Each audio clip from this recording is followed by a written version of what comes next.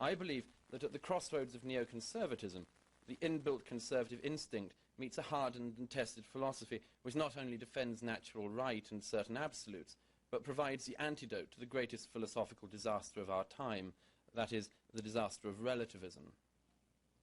One of the precepts of my book is my firm, and I acknowledge currently unpopular, belief that ideas matter, that, as Irving Kristol put it, what rules the world is ideas. To that end, I trace how the neocons came out of the academy into Washington and then into the consciousness of our time. And if anybody doubts that it is thoughts and ideas which rule the world, one need only look at the results of relativism, the abiding philosophy of the left, and therefore of much of the West. What began as a philosophical nightmare now has real and devastating impact on our body politic. Take the recent events in Lebanon and northern Israel, which I've just come back from. Here's a conflict launched by a terror group on a democratic state. But the UN, itself the end product of relativism, and large numbers of democratic, not to mention tyrannical states, can find no way of discerning moral difference between the two sides. To them, such a war is, like all wars, a 50-50 event, a conflict in which to take a side would be to make an unacceptable value judgment.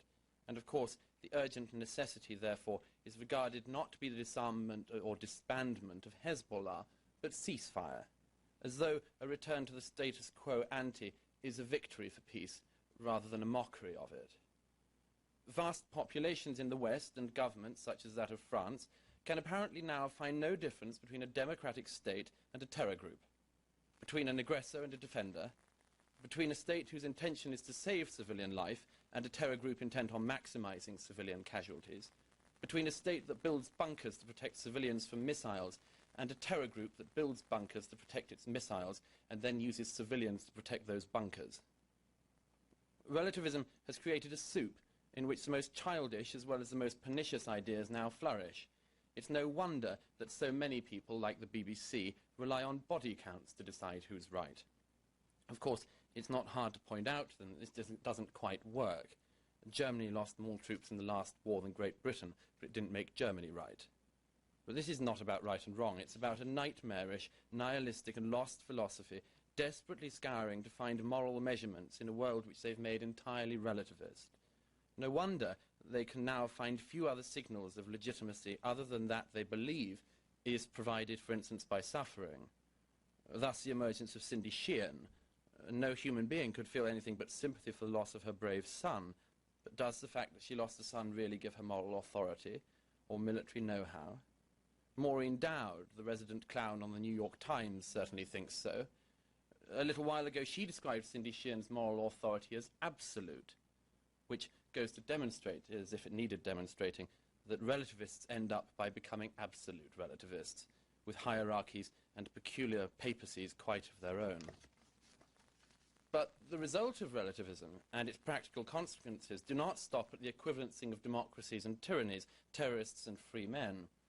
Because relativism gives equal credit to the wrong and the right, it can, and does, end up with a single result, which is that the wicked is unnaturally elevated and the good maligned, the malignant raised up and the right brought low. Such a philosophical problem now affects not only our foreign policy, but the very existence of the West at home. The absurd and disingenuous proselytizing of multiculturalism over the last few decades is just such a case. This is not about the whole world becoming a melting pot, and nor is it about people being nice to each other. It's about making the West the laboratory for an experiment which can lead only to the destruction of the West. I have sympathy here with Kristol's description of multiculturalism as much a war against the West as Nazism and Stalinism ever were, and Samuel Huntington's claim that multiculturalism is in its essence anti-European civilization, an anti-Western ideology. On this question, and on this subject, the degradations of Europe and the problems of America constitute, as so often, the same problem. Border control and immigration issues here in the US have at their root exactly the same dilemma that Europeans are facing with their Muslim and other immigrant populations. At the root is the simple question of how the West can remain the West, how the West can remain a cultural and not just a physical entity, rather trying to make sure the West isn't just one in a sort of set of lifestyle-like options in which you might choose the Western tradition, but then on the other hand, if jihad's your bag, then that's fine too. An interesting mix to the dish, except that with all those ingredients going in, something overloaded it, and the whole Petri dish turned sour. Thus it is that Western governments, from America and Canada to Britain and Europe, can find no way to expel from their midst, or even make stands against, people who not only reject the societies which give them shelter, but actually plot against them. Canada has the sobering case of the Carter family, who have provided so many terrorists to the jihad that Mark Steins referred to them as perhaps Canada's principal contribution to the war on terror. In 2004, Mrs. Carter returned to Canada with a surviving jihadist son who required medical attention from the latest al-Qaeda shootout with the Pakistani forces that he'd been involved in. And not for Mrs. Carter the humility of the grateful applicant, but the simple statement, "I'm a Canadian and I'm not begging for my rights. I'm demanding my rights." Mrs. Carter's ungracious demand is echoed across the West from opportunist Islamists who take from us even as they plot to destroy us. Looking for a rational reason to protect ourselves, we seem to have forgotten the most rational reason of all, survival.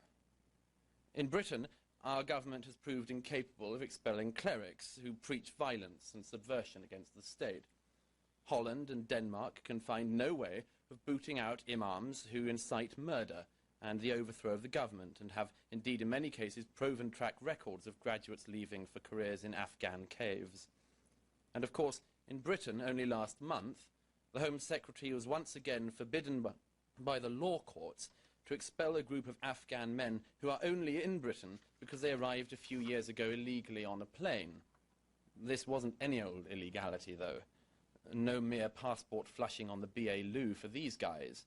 They arrived in Britain on a plane they hijacked themselves. And for all the guns, terrorism, and terrorized innocents involved, the British state, after many years, can still find no reason or any way to violate the human rights of hijackers by asking them to leave the country.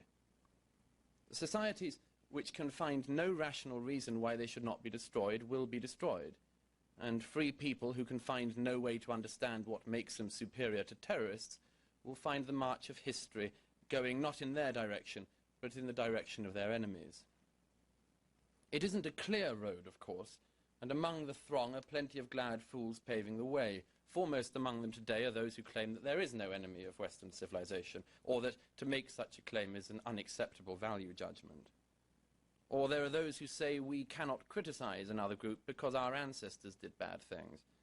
This is now an overwhelming arrogance of my generation, far exceeding the arrogance, I believe, even of their imperialist forebears. Those whose belief in preemption runs only to preemptive apology are now messing with people's lives, and it suddenly stopped looking cute. I lost count in the run-up to the wars in Afghanistan and Iraq of the number of times Europeans and Americans told me that we, such people incidentally only ever acknowledge collective feeling when it comes to collective guilt, that we had no right to fight al-Qaeda because we created them, or had no right to overthrow Saddam Hussein because we had supported him. Put aside for a moment, if you will, the historical ignorance of these claims, and focus for a moment on why someone would make such a claim. Is it seriousness, or is it simply posing at seriousness?